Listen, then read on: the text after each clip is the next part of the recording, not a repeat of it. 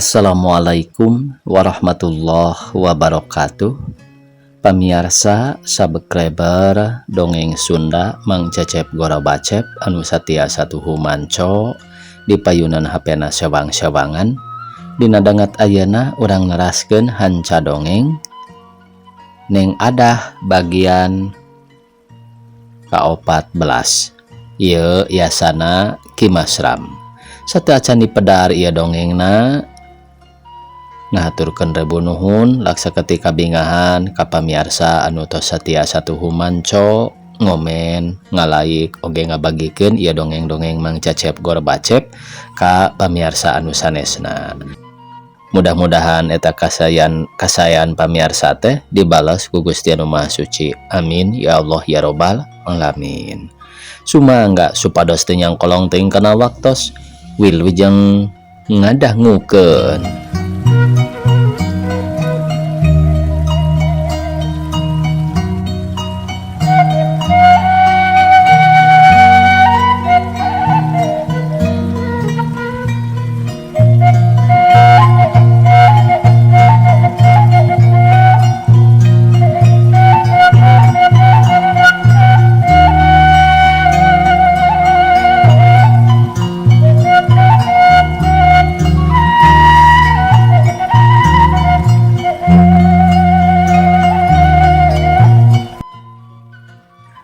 Alim teluas engkang sok sieun engkang teras tilar dunya panginten abdi cuang cieung sorangan. Duh Kang Aben ceuk Nyi Titi bari ngagabrug si Aben blok nyuuh dina dada ku si Aben diusapan buukna niru-niru barudak ngora anu keur nyombo mojang donto. Harita oge si Aben bangga asa aing payu ka awewe lamun aya nu nyahoon mah meureun nyarita. Yeuh turutan aing teu eleh ku barudak ngora. Duh suhunan jantung cau engkang naon make suhunan sagala sareng eta jantung cau sagala ku hareran teuing engkang mah ceuk Nyi Titi. Junjunan jantung hate engkang I love you ceuk si Aben niru-niru barudak ayeuna make ngomong bahasa Inggris sagala. Naon hartosna I love you teh basa naon eta teh basa linggis sanes linggis atuh Inggris gitu. Ari hartosna aku cinta padamu ceuk si Aben bari terus ngadeukeutan hayang terus paantel jeung awak Nyi Titi. Engkang make niru-niru barudak koboy sagala nyarios teh isieun atuh da urang tos sakieu buktina isieun atuh kuno anom sieun disebat begay pakokolot is bebas teu dinu ngora teu dinu sepuh sadayana bebas nyebatkeun I love you. Engkang oge bebas moal aya nu nyaram tos bilih sohor tuh tos wengi geuning urang kulem Kang tos tunduh abdi mah senengnya kulemna teu aya nun ceuk Nyi Titi bari jung cengkat asup deui ka jero dituturkeun ku si Aben anu ngicilik tukangeunana. Tunda lalampahan Nyi Titi jeung si Aben. Ayeuna urang guar deui lalampahan Juragan Pandi. Sanggeusna Juragan Pandi lolos tina bahaya lesot tina ancaman Matuleh jeung si Nyoh Bos, Juragan Pandi terus mabur ninggalkeun Sumedang langsung ngajugjug ka Bandung maksud rek ngadu kanu jadi guru rek minta bantuan hayang mulangkeun ka nyeri ka Matuleh utamana mah ka Den Komar jeung Bah Aja sasat musuh gerotan dina marebutkeun Neng Adah. Teu kacaturkeun di jalana harita Juragan Pandi geus nepi ka Banjaran geus datang ka imahna Bah Sahur sadatangna oge Bah Sahur gancang mariksa. Dume heran nu jadi murid tanpa hasil balikna malah jadi ruksak beungeutna beungep barareuh lempang jumarig jeug tangtu menang wirang di pakalangan. Nah balik teh teu jong awewe teh jong kunaon abak jadi ruksak kitu nah kunaon disiksa ku saha Pandi teh ceuk Bah Sahur bari nyagapan janggotna nu ngagebay samet dada panon seukeut beungeut geus karijut ciri Bah Sahur geus aki-aki tapi sanajan geus aki-aki oge elmuna mah luhur pangabisana loba kudu nyaho mah dipikasieun da adatna teu kaopan sok hao kadua gaplok nyaan kabeh pada miris eueuh nu wani nentang sumawana ngahalangan mah. Tewas, Abah, abdi teu kiat. Tembal juragan Pandi bari tungkul. Teu wani tanggah dumeh era kuno jadi guru sieun disebut murid bodoh eueuh kabisa. Tewas kumaha cing caritakeun, Abah hayang nyaho. Da kumaha lalakon teh?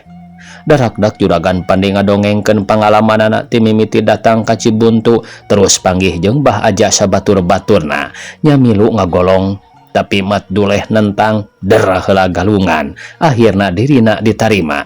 Tidinya terus nyaritakeun waktu keur maling Neng Adah di situ Aksan terus dirina ribut jeung Den Komar tina alatan parebut Neng Adah nya nepi kawiwirangan.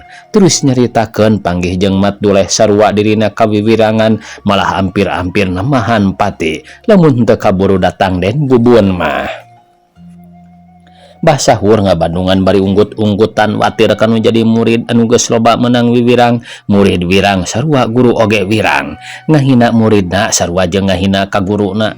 Nya Bah Sahur nafsu asa dihina ku musuh-musuh juragan Pandi. Jorojoy aya niat rek mangmaleskeun ka nyeri kanu jadi murid. Pok nyarita sorana rada ngaleper. Atuh kitu mah loba musuh urang teh. Seueur Abah, margi abdi teu kiat ngalayananana oge. Tembal juragan Pandi. Sabaraha hiji? Kabehna aya 12 eueuh.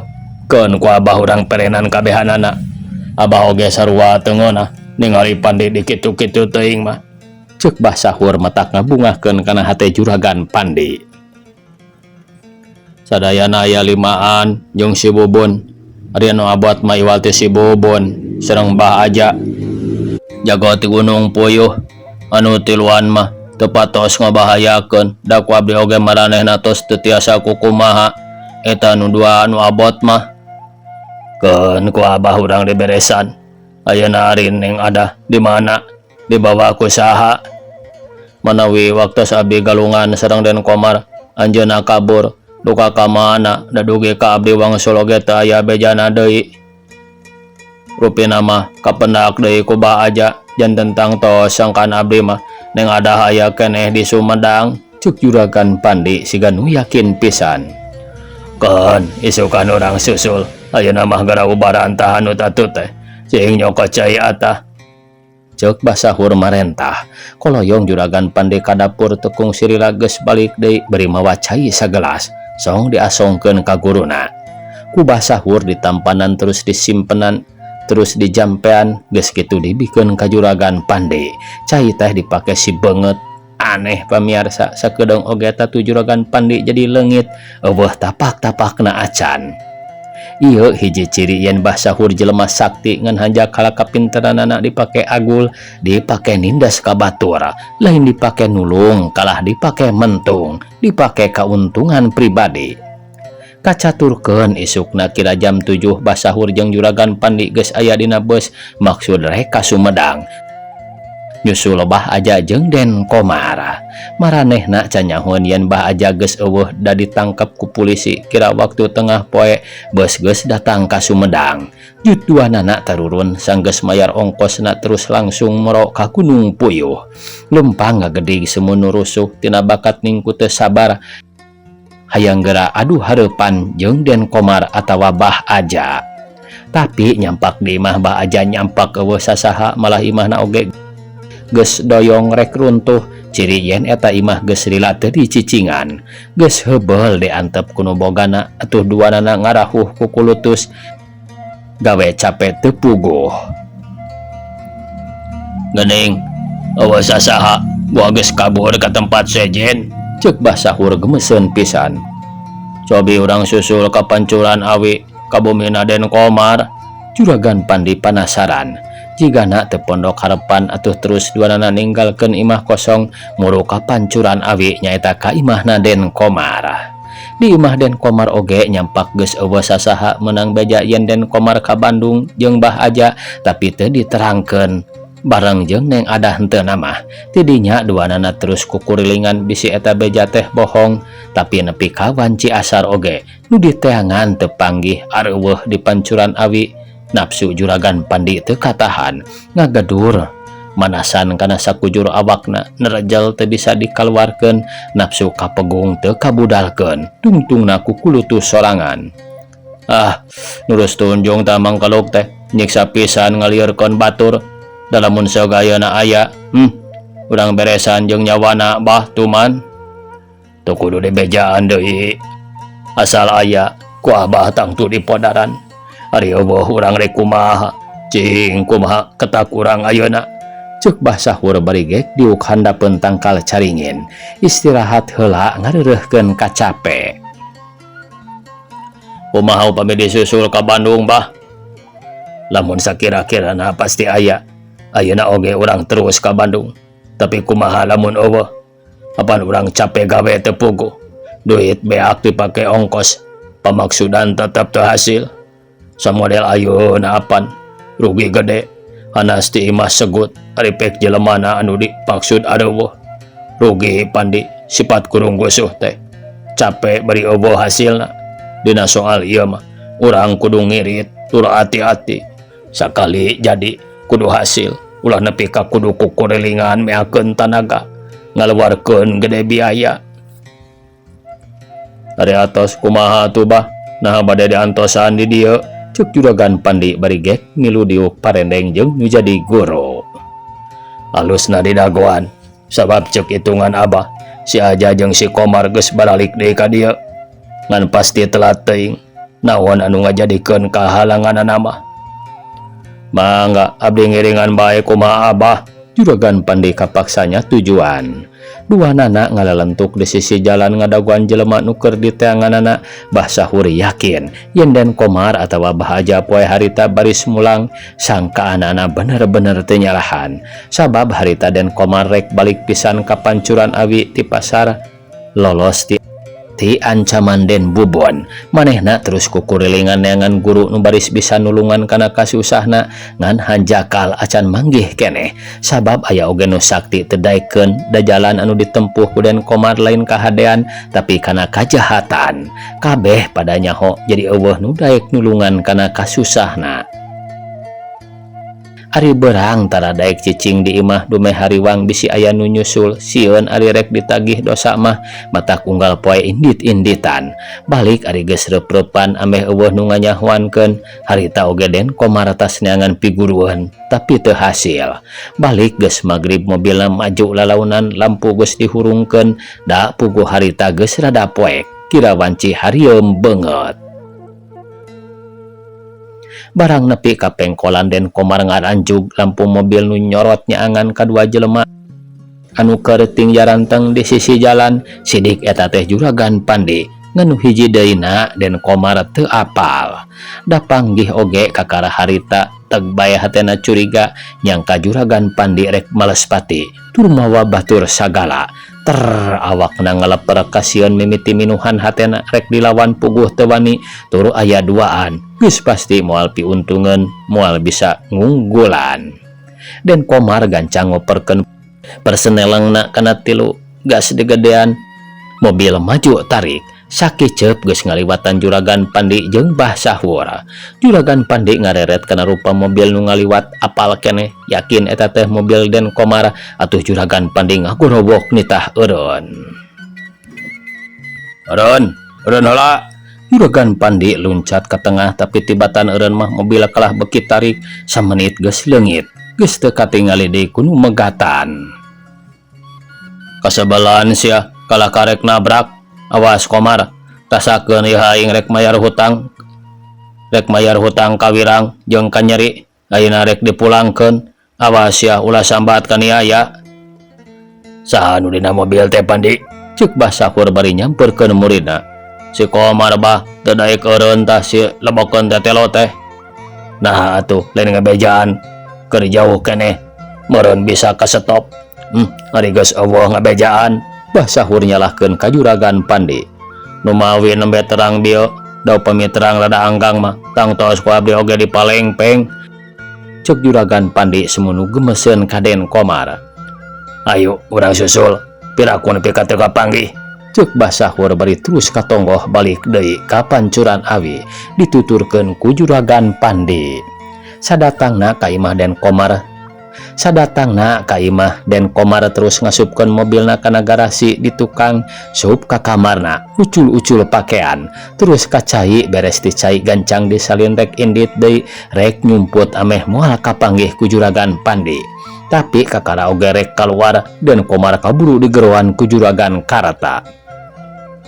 Reka mana deui Mar? Kakara oge datang geus rek indit deui. Na teu betah cicing di imah teh. Cuk Juragan Karta bari neuteup ka Den Komar ku paneuteub anu nembongkeun rasa jengkel ambak tur ngewa boga anak bedegong tada daek cicing di imah. Medaya peryogi Pak, itu bade ka Mang Idang. Den Komar mere alasan, tapi ku Juragan Karta teu dianggap ekolna teu dipercaya. Rek naon ka Idang? Ya kolot teh ulah dianggap tunggul, abong ka kolot bodoh, gawe ngan ngabobodo. Reka ditu teh, reka dieu teh, nah dikirana teu ngabandungan kolot teh. Ye nyaho ayeuna mah maneh teh geus ngalakukeun kalakuan anu kacida gorengna, make wani-wani maling awewe sagala. Dasar jelema jahat. Saur saha Pak? Ceuk Den Komar ngaranjug heran dumeh bapana nyahueun kana kalakuan dirina, padahal ceuk pangrasana mah buni pisan moal aya nu nganyahoankeun ari ayeuna bapana sorangan nu nyaho wirang temenku batur salemburna. Tadi aya nu neangan ka dieu buah polisi anu rek nangkep, metak maneh ulah indit-inditan ameh gampang ditangkepna. Kolot mah moal rek ngabela, lain ku teu nyaah ka anak, kurang kumaha ngajujurkeun, kurang kumaha nyakolakeun, ngogo mah geus teu beunang disebutkeun deui. Nyaeta ambeh maneh luhur ilmu loba pangarti, ambeh nyaho kana tata krama, nyaho mana nu bener, mana nu salah, ngadidik kana kajujuran jeung kabeneran. Tapi maneh mah kalah tibalik bangkawarah, kolot eueuh tapakna, kakolot ngan ngadon ngaruksak, lainna mulang tarima. Ieu mah kalah rek ngawiwirang, gawe ngan udar ador migawe pagawean anu dilarang ku agama. Yeuh kolot oge kabawa era, kabawa wirang, asa dipopokan ku tai ku maneh teh. Teu sangka maneh boga adat kalakuan kitu. Kolot geus beak sabarna, ayeuna mangsa bodoh maneh, rek kitu rek kieu oge. Ngan omat ulah rek datang deui ka dieu. Wirang kolot mah kuno sejen, boga anak jahat musuh nagara. Janten apa teh moal nulungan, moal hawatos ka abdi? Den Komar ngarenghik. Memang ari karunya nama ngan kudu kumaha, da maneh geus kabukti jahatna, ditulungan tetep kolot wirang. Matak mending dipasrahkeun bae kanu wajib, ambeh kolot moal nyeri, moal wirang ku maneh. Juragan Karta tandas pisan. Tega apa teh ka abdi? Tega tibatan wirang nyumputkeun anak jahat, kajeun teuing teu boga anak, tenang-tenang kana pikiran, moal matak jangar, moal matak wirang ku batur. Kumaha tuh Pak ayeuna abdi teh? Hapunten Pak, abdi hapunten. Ceuk Den Komar mimiti rada sadar, mimiti boga rasa kaduhung kana kalakuanana anu geus hayang bertobat ngalebur dosa. Ngan geus kaliwat dirina teu meunang henteu kudu nanggung kana akibat tina kalakuanana. Den Komar gancang kaluar berebet lumpat ka jalan. Kira-kira geus aya 200 meter ti imahna, pasangrok pisan jeung Juragan Pandi. Atuh Den Komar mani ngaranjug aya niatna rek lumpat tapi kahalangan ku Bah Sahur. Den Komar ngadeg-deg beungeut pucet daya getihan paur jeung hariwang dirina dibinasa. Mangkaning eueuh Bah Aja tangtu moal aya nu nulungan. Kunaon tadi dititahureun terus nyemprong ha? Juragan Pandi bari ngadegetan, panon teu kendat ngawaskeun gerak Den Komar. Kuring kerusuh jeung teh nyaho anjeun, matak terus nyemprong oge. Ulah loba alasan sia, ka mana Bah Aja, ka mana Neng Adah. Lamun anjeun hayang salamet bejakeun terus terang, lamun henteu cenang tu nyawa anjeun dipenta ku kaula ayeuna. Juragan Pandi ngancam. Den Komar terus undur-unduran hatena geus teu ngarepkeun salamet, pasti dirina tinemu ajal. Ah, kuring teh nyaho, da kuring oge saruakeun neangan Neng Adah. Tembal Den Komar mani ngadeg-deg, beungeut muringis pinuh ku kahariwang. Anjeun nu ngaran Komar teh, Basahur milu nyarita nanya bari kerang si ganurek ngarakab atuh Den Komar beki ratu beki deg-degan nya narek naon make pipiluan sagala kana urusan batur. Ulah gampang sia nyarita teh cuk Basahur jadi nafsu hiuk dampal leungeunna dihembatkeun tapi Den Komar gancang ngelok terus undur ka tukang ngajauhan manehna teu wani ngalawan ngarumasakeun eueuh kakuatan. Mireungeuh dampal leungeunna nyeplos nonjok angin Basahur asa dilayanan maju salengkah ka hareup tapi ku Juragan Pandi dihalangan dumeh rek menta heula katerangan di mana ayana Neng Adah. Basahur surti ngabatalkeun pamangsudanana ka ciri beungeutna eceuy beureum kaambekna katahan. Anjeun masih kena dihampura komo lamun anjeun daek terus terang mah ku kami moal dina naon ayo gara jawab di kamanakeun Neng Adah. Lamun kuring teu nyaho na kudu bae mere jawaban. Mustahil ari teu nyaho mah gancang gada nyarita ulah ngadaguan ditindak. Dek dikumaha oge morek mundur na disangka sieun kuring ceuk Den Komar ngawani-wani maneh padahal hatena mah ratu gegebegan. Memang anjeun dek dialapati lamun anjeun keukeuh ngabandel ka kami. Aranjeun ulah rek maksa sabab kuring moal rek ngabejakeun jeung diganda dibejakeun oge moal aya untungna. Aranjeun oge moal wani ngadatangan sabab Neng Adah geus aya di jelema luhur deuleu. Ulah boro anjeun guru kuring oge bah aja teu bisa ngunggulan. Den Komar ngajelaskeun. Teu paduli lalaki anu sakti ku aing moal rek diamboan. Buru geura bejakeun ambe anjeun salamet ceuk Basahur mun teu sabar. Ayo dibejakeun moal. Juragan Pandi morongos ka Den Komar. Moal dibejakeun mulai untung na dibejakeun ka aranjeun oge. Jadi tetep moal rek ngabejakeun moal lamun ceuk kuring moal tetep moal nah aranjeun rek keukeuh maksa. Setan sia. Juragan Pandi ngabongohan cebet mupeupuh cirina Den Komar. Aduh.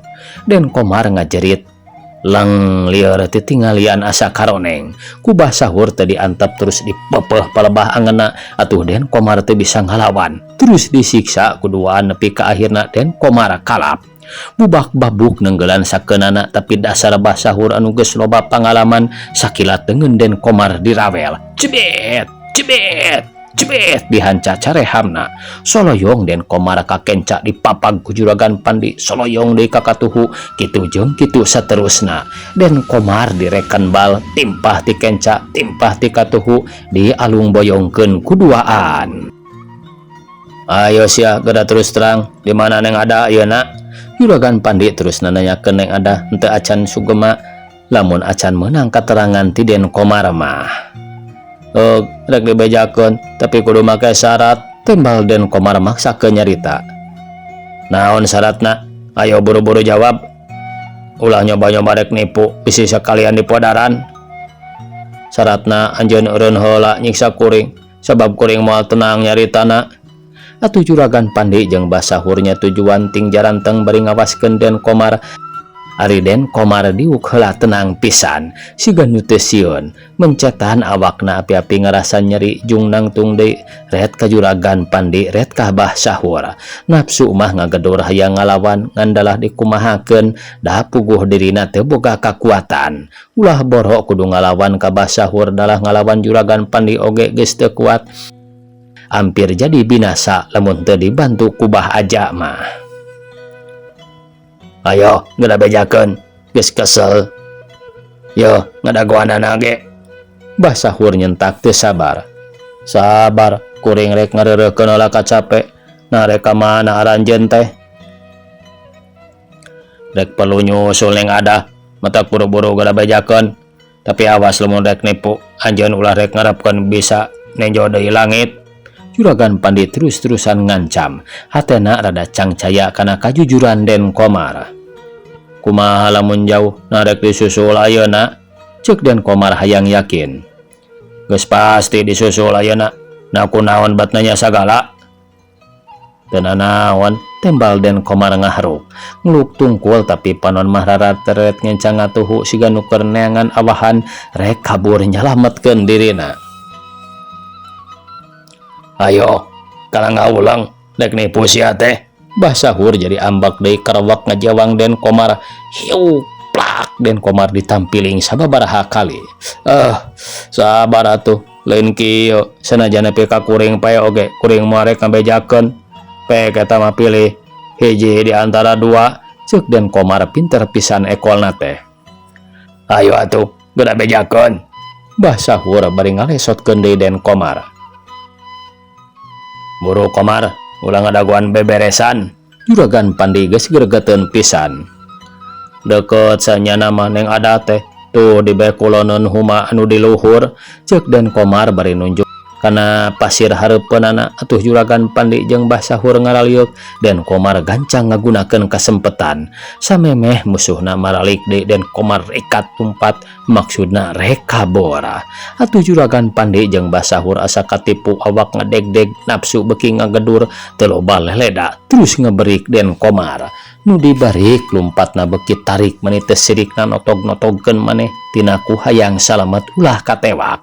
Kitu deui anu ngaberik pada ngaluarkeun tanagana. Komo Juragan Pandi lumpatna dibarungku nafsu setan lamun seug Den Komar katewak ku dirina geus moal dihampura tangtu diparagatkeun nyawana. Komar eureun lamun maneh hayang salamet lamun henteu ulah sambat besi pejit anjeun baris dibudal badil ceuk Juragan Pandi. Lumpatna beuki tarik nepi ka akhirna jarak ka Den Komar jarakna sababaraha meter deui. Den Komar beakeun tanaga lumpatna beuki ngendoran hate beuki ratug sabab geus pasti baris katewak tangtu ku Juragan Pandi terus dibinasa. Rek nyumput ka mana rek menta tulung-tulung ka saha. Ayeuna mah dirina kudu narima wawales tina kalakuanana anu katukang. Rek lompat ka mana Komar sing pasrah ayeuna mah ulah loba teuing anu dipikiran. Juragan Pandi bari loncat kep ngajawang baju Den Komar berewek soe gabruk Den Komar disiksa habak nepi ka gegerungan ampun-ampunan. Tapi ku Juragan Pandi jeung Bah Sahur henteu dilepaskeun kalah terus diperak-pak beungeutna. Ayo sia geura sambat indung Bapak geura tanggah ka langit geus waktuna anjeun diparagatkeun ayeuna ceuk Juragan Pandi bari nyabot bedogna rek dipake nelasan Den Komar anu geus teu walakaya. Reup Den Komar peureum dirina geus pasrah ka pangeran sanajan kudu pondok lalakon teu naon-naon itung-itung pamalas kana dosana. Kurilap bedog Juragan Pandi ku kurilapan kasorot ku cahya bulan ku Den Komar kacipta geus kabayangkeun yen sakedeung deui eta bedog teh baris ngageresel kana beuheungna. Siat kurilap cahya bedog Juragan Pandi ku kurilapan kasorot ku cahya bulan bedog panjang samodel samurai Jepang siap nekteuk beuheung Den Komar. Hak Den Komar disarandekeun dina tangkal kai terus diborogod. Geus kitu Juragan Pandi ngayunkeun bedogna. Tapi samemeh Juragan Pandi bisa neruskeun maksudna bedog anu dicekelan maceleng aya nu najong si horeng ku Juragan Karta anu tisaprak Den Komar kaluar ti imah terus nuturkeun dumeh ngarasa hariwang kanu jadi anak sok sieun meunang bahaya. Setan saha anjeun ceuk Juragan Pandi kesit malik nghareup ka Juragan Karta. Awak ngadeg-deg nafsu ngagedur teu ngeunah pamaksudanana di halangan. Kuring bapana Komar wajib dolongan nu jadi anak. Ari aranjeun saha jeung naon hubunganana jeung Komar? Alasan naon make bisa rek ngabinasa Komar? Nah Komar teh ngarampog atawa kumaha? Tembal Juragan Karta nyaritana tenang pisan.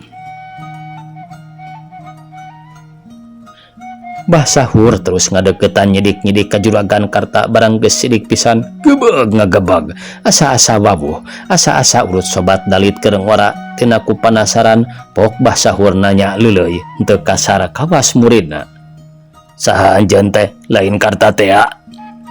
Nya ari anjeun saha make nyaho kana ngaran kuring sagala. Juragan Karta semunuh heran dumeh anu rek ngabinasa anakna nyaho kana ngaran dirina.